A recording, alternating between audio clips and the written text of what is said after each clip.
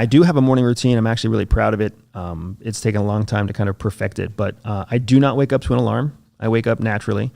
In my room, I have one window with no curtains, and then I have other windows that have light curtains, so no heavy, dark blackout curtains. I let the sun wake me up, or my family wakes me up naturally. Old knee to the nuts. Happens sometimes. But then I drink 500 milliliters of water.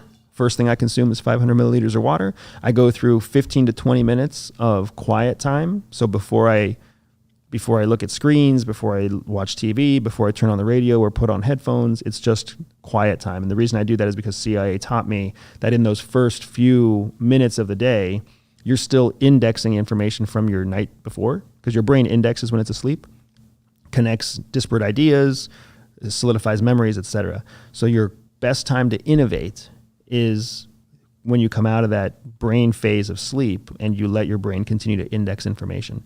And then by having nothing but water's hydrating my organs and hydrating my internal system without adding calories. Calories require processing, et cetera, et cetera.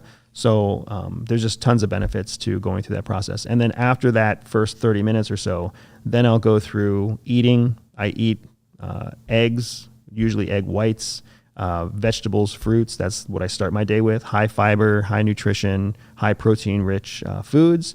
And then I'll roll into probably 20 or 30 minutes of just quality connection time with my wife, with my kids. My kids homeschool. My wife works in the business with me. Oh, nice. So if the sun wakes me up around 7:30 or 8, I'm not really working until about 10:30 or 11.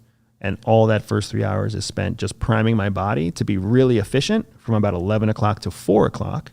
So I can do what I need to do in a day in about 4 hours. Yeah. And then get to the gym, focus on kids, family time, husband time, that kind of thing. Yeah, that's awesome. Do you mind if I ask how old your kids are? I have a 7-year-old daughter and I have an 11-year-old son. How have you homeschooled them the whole time? So my son went to a pre-kindergarten school when we were in Florida.